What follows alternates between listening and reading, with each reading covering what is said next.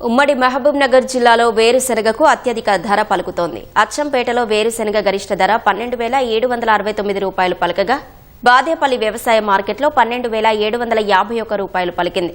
ఇక మహబూబ్ నగర్ వ్యవసాయ మార్కెట్లో 12,419 రూపాయలకు అమ్ముడుపోవడంతో రైతులు సంతోషం వ్యక్తం చేస్తున్నారు.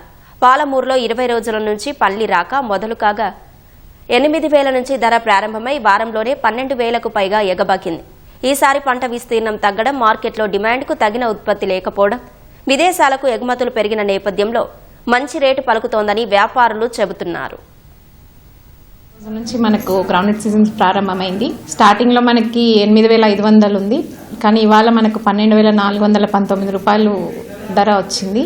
అందుకు కారణం ఏంటంటే ఈసారి దిగుబడి తక్కువ ఉంది. ఇంకా మనకు ప్రైజెస్ కూడా అంటే బయట నుంచి వేరే మార్కెట్ల నుంచి కూడా వ్యాపారస్తులు వచ్చి ఇక్కడ టెండర్స్ వేస్తున్నారు. దాని నుంచి మనకు ధర ఎక్కువగా వస్తుంది. మన ఇప్పుడు ప్రస్తుతం అయితే మన డిస్టిక్ లో మాత్రమే గ్రౌండ్ నెట్ ఎక్కువ స్టార్ట్ అయింది కాబట్టి ప్రైస్ కూడా పెరిగింది. ఇప్పుడు వేరే డిస్టిక్స్ లో ఇంకా స్టార్ట్ అవ్వలేదు.